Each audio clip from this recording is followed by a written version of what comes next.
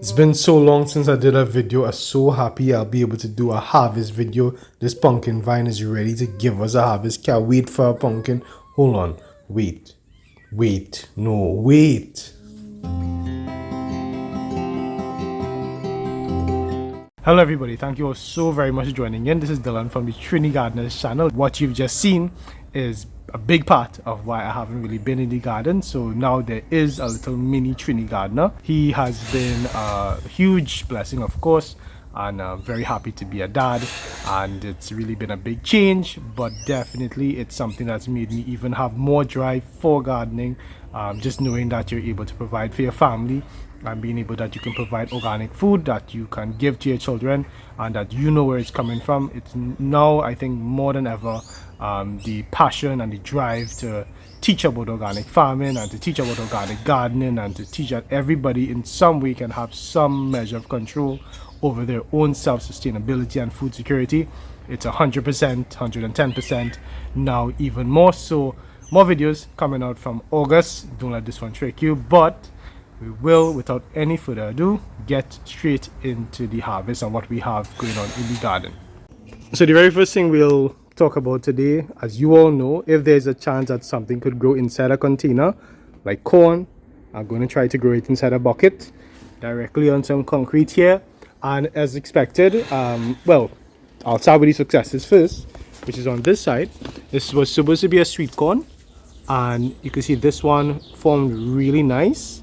But I left it way too long, and I think now I'll just leave it for seed. So it looked really good when it started, but I didn't want to just harvest one corn and then the rest of them just didn't have anything on it. That one was super early, so I just left it and I'll just use it for seed.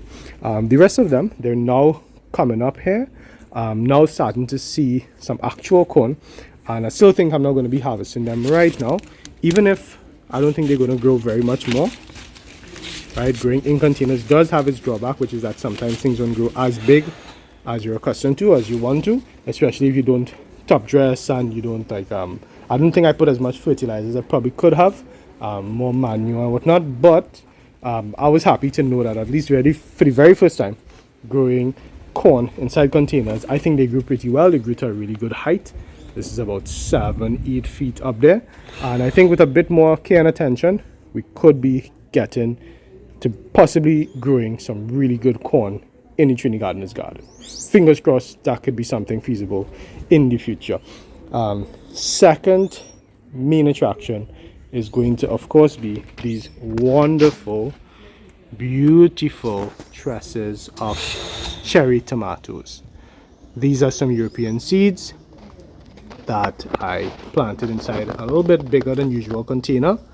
These were gifted to me, one over there, one over here as well. And as you could see, 100% organic. The production is just insane. This is a different variety of cherry tomato, but I am just blown away. This one here is a different, there's two vines inside of this. I grew a main vine and then I put a backup with some leftover seedling. And this one is the mini cherry tomato. Of course, the taste test is coming very soon, and I think I'll probably put that on TikTok.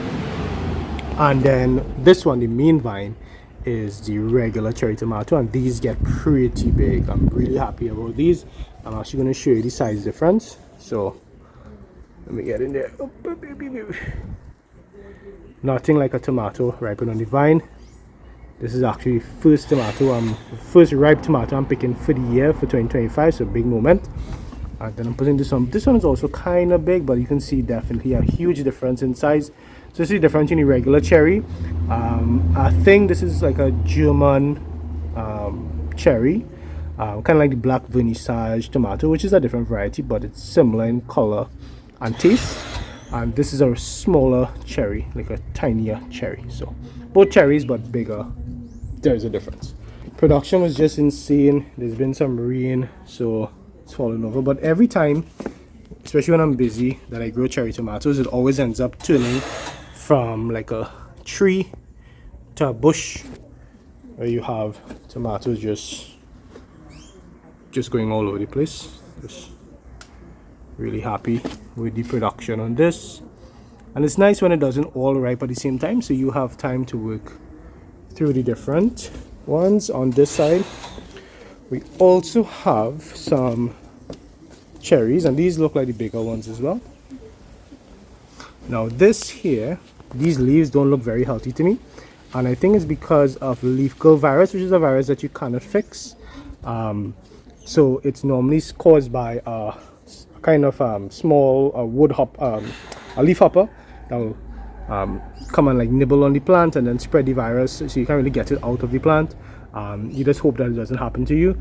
So that's unfortunate. Basically what will happen is the fruit will ripe, it'll ripen on the vine, the plant itself will take care of the fruit that's already there, but it's not going to produce anymore. So like these flowers, you're not going to get any more tomatoes from it. It's unfortunate, but it happens every year, which is why it's always good to play the law of averages, which is that you plant more, and then if a few get this, generally all will not, so it's just working on the probabilities at that point. Some more cherry tomatoes over here. With the rain and the difference between the heat, excessive rain, dryness, wetness, this can happen, cracking, because there's just too much of water going into the membrane. So that's normal. I'm not too stressed out about it. Really happy still with the production. These are planted in regular pigtail buckets, and that there's a regular concrete bucket. So it is fallen over, turning into a bush again. So it's just like letting nature do its thing, going wild, and just cherry tomato galore everywhere you look. So it'll all ripen at some point, and I'll be happy to pick them off and have them as a nice little snack from time to time. Now silly me, I just started to record and didn't really think about the order and the stuff I'll be harvesting, because I showed you stuff, I didn't actually start to pick anything yet. So I think that in retrospect I would have started by showing you this. This is the main guy that's been ready to pick about a week now, and I've been holding him back to be able to do a video here. So in this pumpkin patch, as you can see, there's more going on than just two-legged pumpkins. Right, definitely the change of color shows that it is ready. So we're just gonna get in there, being careful because there's another one over there. We don't want to interrupt. So you're just gonna come in. You always want to cut your pumpkin with a little bit of stem on it, but you also want to be careful that you're not cutting the vine after. So you want to follow from the tip of the pumpkin a little bit up, 3 inches up, and then you work yourself into it. There you are. All right, let's see if we can get it up. Up. Yeah, oh my god. Oh, that's a big boy. That is a big boy. Right. It was a dream to think that I could put this inside of that basket, because this actually weighs a lot more than my son. I think last time the pediatrician said that he was 11 pounds, and I could pick him up very easily with one hand, but this is a struggle to get up. Okay, so this is at least 20 plus pounds. Yeah, not a huge pumpkin, of course, but this variety is really cool. These are some seeds that I had. Can't remember where I got these seeds. I'll try to take a look at the pack and probably update you all on TikTok. But this is a really nice cooking pumpkin, apparently. There we understand. See, a bit dirty, but this changing color, some ants. It's always really nice. It's a nice, good pumpkin. And one tip with your pumpkin is that when you pick it, leave it for about 2 weeks. Let it cure somewhere dry and somewhere not too cold, not too hot, and it will just draw those sugars. So when you cook, it's just going to be really nice, especially if you want to do something like a pumpkin bread or that kind of thing. Even just regular pumpkin choker, you'll be good to go with this. There's some more female flowers. Hopefully get some more pumpkins. But yeah, there we are. That's not too bad. Something that I love to do, even though it's not the best practice, is to take an entire tress like this off. It just looks so nice. I lost one. Oh. It's tied up a bit. Oh.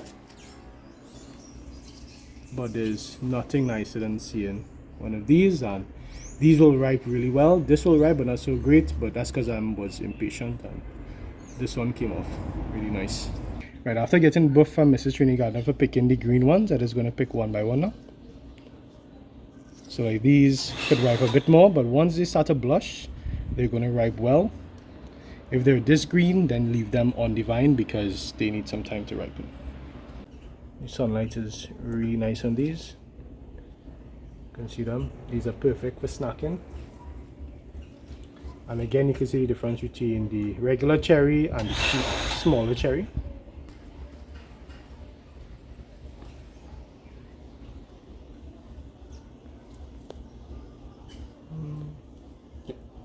Okay.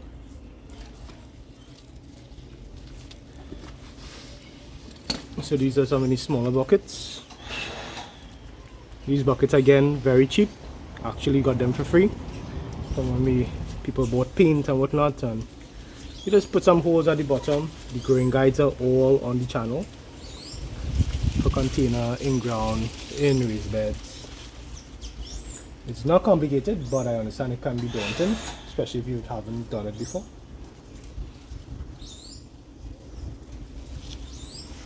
I really wish my son was old enough to eat these, because just imagine being our child and being able to walk in your backyard garden and just like pick cherry tomatoes and eat them. Like every child should have that, I think. And it will also teach them to be very mindful of where the food is coming from. It's not just about going to the grocery and having money, but there's something else that goes into it. And the labor that you put in is the reward that you get in eating. Almost looks like piwa. Still going.